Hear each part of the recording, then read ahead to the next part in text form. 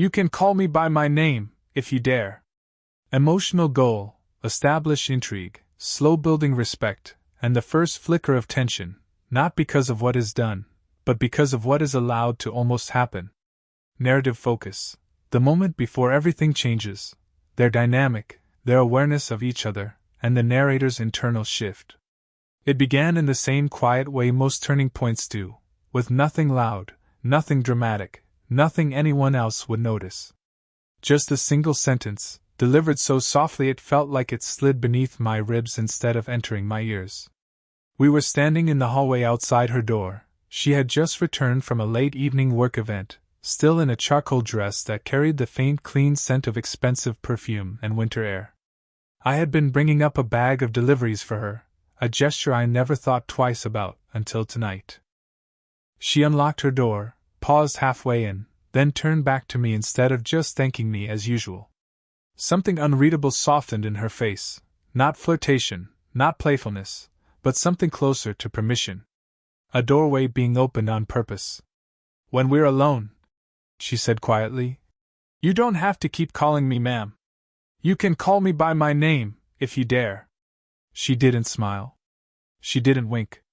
She simply held my eyes, steady, searching, unafraid, as though she was measuring what I would do with that invitation.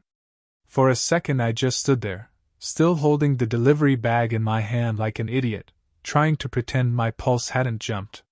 The hallway light hummed above us. Somewhere far below, the elevator doors opened and closed. But up here, time narrowed to her breath, her stillness, and my hesitation. I swallowed, not trusting my voice. Because calling someone by their name is not a small step when distance has always protected you. Titles are walls. Names are openings. She could see the hesitation, and instead of rescuing me from it, she let the silence stand. That alone told me she was not teasing, she was testing whether I was the kind of man who only admired safely from the edges, or the kind who eventually crosses a line on purpose. Her hand rested lightly on the doorframe as she watched me, the faintest tremor of vulnerability flickering beneath her controlled expression, as if she was not only offering something, but risking something by offering it. I didn't say her name. Not yet. I just nodded once, slow, deliberate, making it clear I understood that what she offered wasn't linguistic correction, but a shift of ground beneath us. Her eyes softened at that, not melted, not broken, just softened. She stepped back into her apartment, leaving the door slightly open instead of closing it immediately the way she always did. That was the first change. She didn't say goodnight. She didn't end the moment. She walked inside slowly, waiting, without words, to see whether I would follow the invitation any further or leave things as they were. And in that brief, charged gap, with nothing touched, nothing decided, the story truly began. You said, emotional goal, deep in the unspoken shift, not through grand gestures, but through ordinary actions that suddenly feel charged with new meaning. Narrative focus, crossing the physical threshold for the first time, noticing intimacy inside a mundane setting, subtle mutual awareness without naming it. I stepped inside her apartment not as a helper or a polite neighbor this time, but as someone who had just been invited past a line neither of us had acknowledged before. Nothing in the space had changed, and yet everything felt different simply because she allowed me to enter after that sentence. She moved ahead of me slowly, setting her keys in the carved wooden tray by the counter. Her heels clicked softly across the hardwood, then stilled. She didn't turn around immediately. She let the quiet stretch between us until I had to face the fact that I was still standing by the door, unsure if I belonged here under this new unspoken agreement. Set the bag on the table, she said, her voice calm but noticeably softer than it usually was with me, not distant, not formal, not guarded. Softer in the way someone speaks when they have decided you've earned a closer version of them. I placed the bag down and glanced around. Her living room was warm and lived in, deep amber lamps, a blanket thrown across the couch, an open book resting face down as if she had left in a hurry. Nothing curated for guests. Nothing performed. She was letting me see the version of her home that existed when she wasn't expecting anyone. She slipped off her heels, one hand braced lightly against the wall for balance. Something about that simple, ungraceful human motion, her bare feet against the wood, her shoulders exhaling now that the day was over, made her suddenly feel closer, more real than all the composed versions of her I had seen before. "Did anyone ever tell you," she asked without looking back, "that you think too long before you answer things?" The question caught me. It wasn't an accusation, it was observation, intimate because it came from someone who had clearly been watching me longer than I had realized. "I only think when the answer matters," I replied. That made her turn. Slowly. Fully. Her gaze held mine in a new, steady way, as though she was acknowledging that yes, this now mattered. She walked closer, not invading space, just closing enough of it that I could feel the energy shift again. Her perfume was faint now, softened by time and warmth, but still present enough to pull my focus.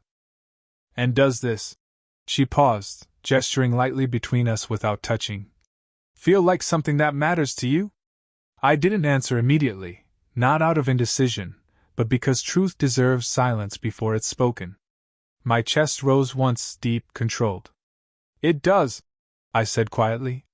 She studied me, not with surprise but with the look of someone who suspected as much and needed to hear it aloud. A slow breath left her, as though my answer freed something she'd kept restrained. She didn't step back. She simply stood there, close enough that one more move from either of us would break the last layer of distance, and waited to see who would move first.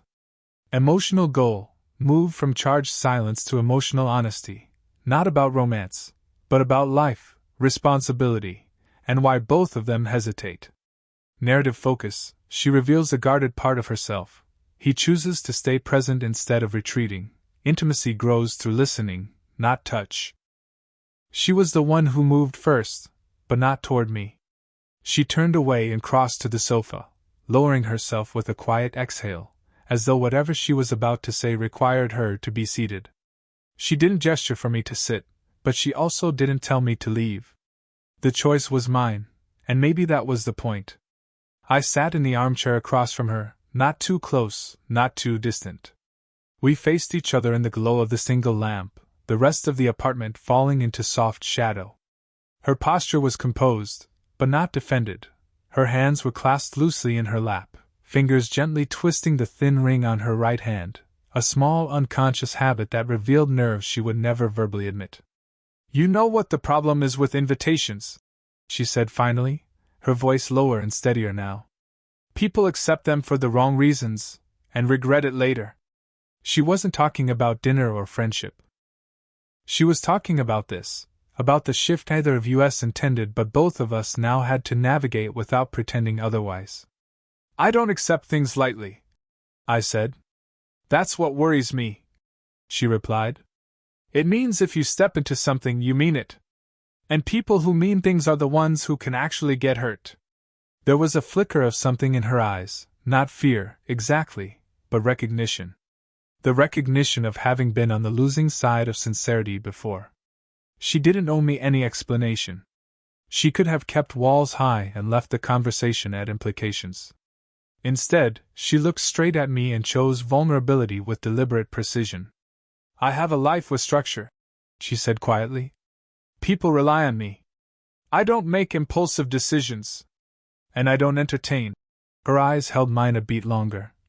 "Dangerous possibilities unless I believe the other person understands the weight of it." Dangerous possibilities. She had named it without naming it. I could have diffused the tension by joking. I could have stepped back emotionally and made this safe again. Instead, I held her gaze and responded with the same seriousness she had shown me. "I understand it," I said. "And I'm still here." She didn't speak. But the stillness that followed was not cold, it was contemplative, almost fragile. Her throat moved as she swallowed, the ring turning once more under her thumb. "You say that now," she murmured. "I say it because it's true." The room felt smaller then, not because we had moved closer but because pretense had been stripped away. Whatever we were forming wasn't built on flirting or accident anymore. It was built on the terrifying honesty of two people who knew exactly what they were stepping into. No hands touched. No names were spoken. And still, the line between us shifted again, deeper than before. Emotional goal, transition from verbal vulnerability to the first meaningful physical contact, gentle, deliberate, and emotionally loaded. Narrative focus, she tests whether closeness will be treated with care. He responds with restraint and intention, deepening trust rather than rushing desire. She leaned back into the sofa, not retreating, resetting. As though the act of stating the danger aloud had drained something from her. She lifted a hand to her temple and brushed a stray strand of hair behind her ear, exhaling slowly through her nose. That small gesture, tired, human, unguarded, pulled at something in me far deeper than any flirtation ever could. Most people want intensity without consequence, she said, almost to herself. They like the thrill, but not the responsibility. She wasn't looking at me now. She was staring toward the window, as if it were safer to speak vulnerability into the room than directly into my eyes. And maybe that made it easier for me to move. I rose from the chair, not abruptly, not boldly, just with quiet certainty, and crossed the short distance to where she sat. I didn't sit beside her. I didn't crowd her. I simply lowered myself to a knee near the edge of the couch so that I was eye level, not towering above. She went still, surprised but not alarmed. "You're assuming I showed up for the thrill," I said gently. "But you haven't asked why I stayed." Her eyes returned to mine then, searching, cautious, but undeniably softening. Up close I could see faint exhaustion at the edges of her expression, the kind that lives in people who carry more than they ever say. "And why did you stay?" she asked, almost a whisper. "Because I don't take lightly what someone risks when they let me close." Something subtle shifted in her face, not trust, not surrender, but recognition. The kind of recognition that only appears when someone finally feels understood instead of interpreted. Her hand, resting on the cushion between us, twitched slightly, as if she had almost pulled it back but changed her mind at the last second. I watched her inhale, measured and long, before she did something incredibly small but deeply intentional. She turned her hand palm up. It wasn't an invitation for passion. It was an invitation for gentleness, to see if I knew the difference. I placed my hand over hers slowly, with a pressure light enough that she could withdraw at any second if she wanted to. Her skin was warm, and the moment our palms met, her thumb instinctively curled, not holding, just acknowledging. No sparks. No dramatics. Just quiet contact that said, "I am letting you near me, carefully." Her shoulders released the tension I hadn't noticed she was holding. She didn't pull away. She didn't lean in either. She just breathed, and let me remain there. For the first time since crossing her threshold, silence felt safe between us, not suspenseful, not uncertain. Safe. And in that stillness, with nothing more than a hand resting in a hand, the distance between possibility and reality narrowed into something living, present, and dangerously real. Emotional goal. Bring the tension to its peak, not through escalation, but through restraint on the edge of something irreversible. Narrative focus. Their closeness deepens. She hesitates for reasons of consequence. He shows maturity by not pushing. Emotional intimacy becomes the anchor. Her hand remained beneath mine longer than either of us expected, long enough that the contact stopped being an experiment and became a statement. Not dramatic, not rushed, just real. Her breathing had evened out, not calm exactly, but surrendered to the moment in a way that told me she was no longer assessing me, she was allowing me. But then something flickered behind her eyes, memory, caution, maybe history, and she gently, deliberately slipped her hand out of mine. Not rejecting, resetting. She rose from the sofa and walked toward the kitchen counter, putting distance between us the way someone does when the nearness is too honest to maintain without consequence. She braced both hands on the edge of the counter, shoulders lifting as she took a slow, grounding breath. "I'm not afraid of you," she said quietly without turning around. "I'm afraid of what happens if I let myself want something I can't afford to lose." Her voice wasn't sharp, it was tired honesty wearing no armor. For a moment I didn't follow. I stayed seated, letting her have space before I spoke. You think wanting something makes it fragile, I said softly. But things are only fragile when only one person is holding them. She closed her eyes at that, the truth of it landing visibly in the slight tremor of her exhale. She turned halfway toward me, one shoulder still angled away, as if she couldn't face me fully without tipping further than she intended.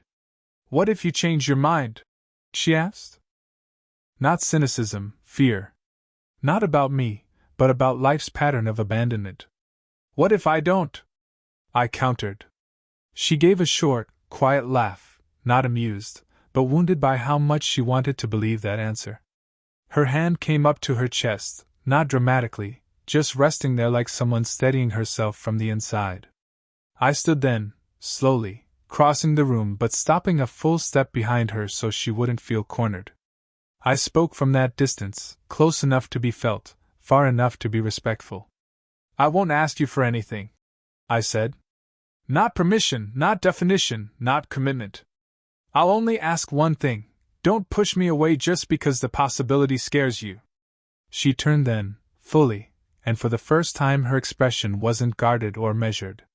It was raw, bare, beautiful in its vulnerability. Her eyes glistened, not with tears, but with the weight of someone who hasn't let themselves feel anything in a very long time. She lifted a hand, slowly, and for one suspended second it hovered near my chest, not touching, but close enough that I felt heat radiate between us. That was the moment of almost, the point where 1 inch, 1 breath, 1 impulse could have rewritten everything. And instead of collapsing into it, we both held still, choosing restraint over relief, because what was forming between us deserved to be built, not seized. Emotional goal: show the moment when both silently choose each other, not with declarations but with consistent, careful presence. Narrative focus: she allows him to stay in her world in a way she wouldn't if she intended to shut this down. Practical, quiet acts replace uncertainty. Commitment begins in behavior before words. Her hand hovered near my chest for a long, suspended beat, close enough that I could feel the warmth of her skin through the thin layer of my shirt, but not quite touching.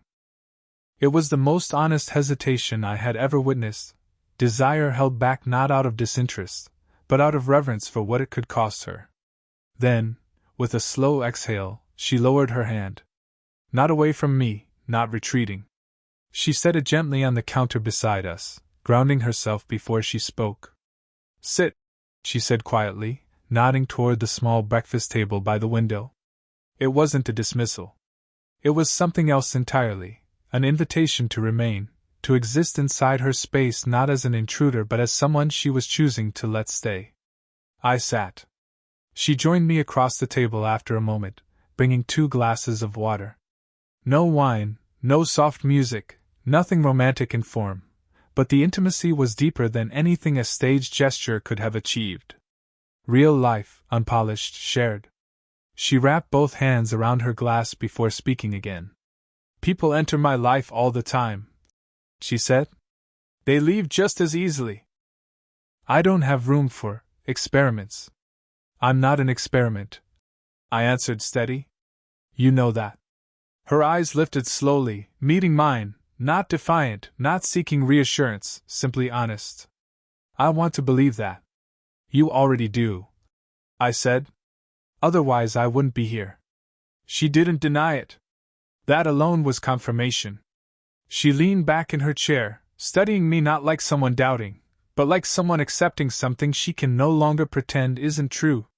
Then she did something small but decisive. She reached across the table and rested her hand, lightly, deliberately, on my forearm. Not testing this time. Not by accident. Not halfway. Contact chosen.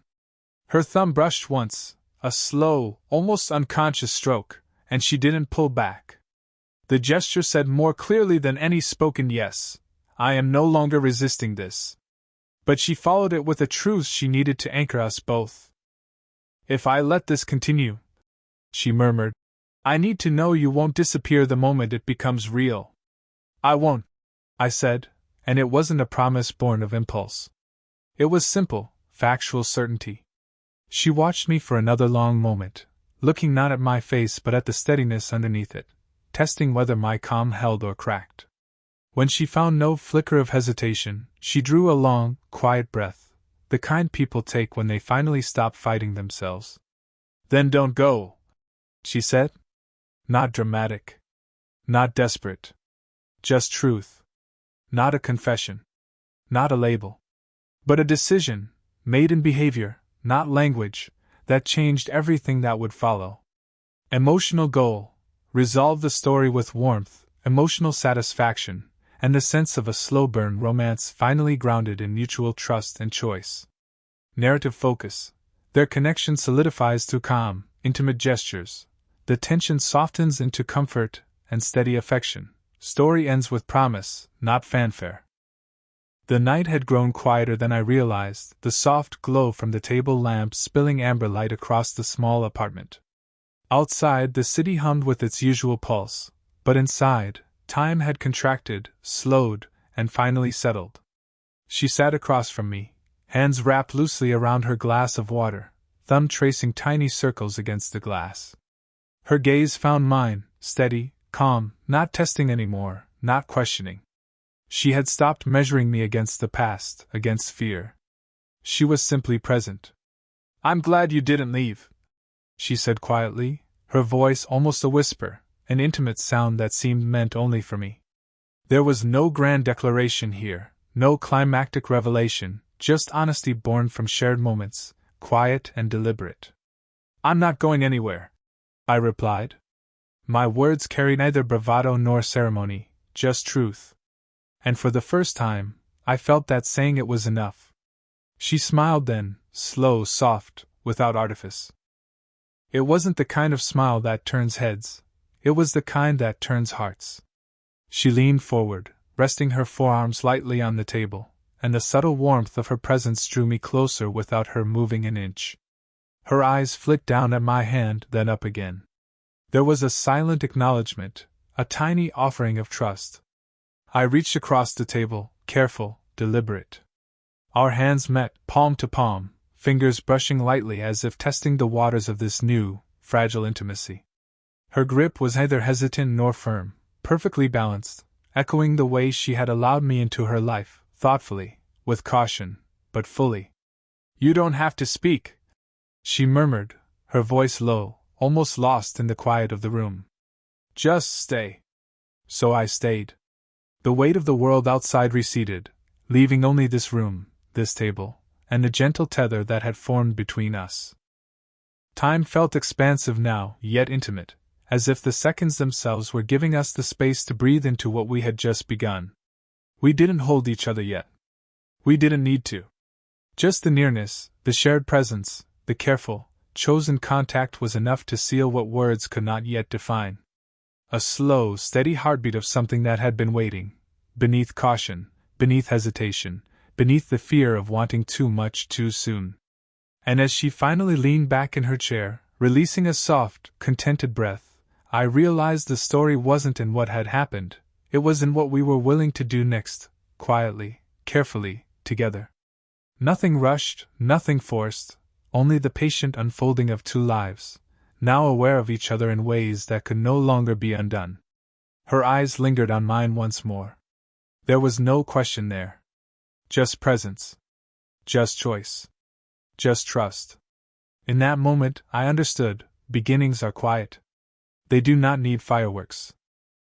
They only need honesty, patience, and the courage to stay, fully, without fear, without apology.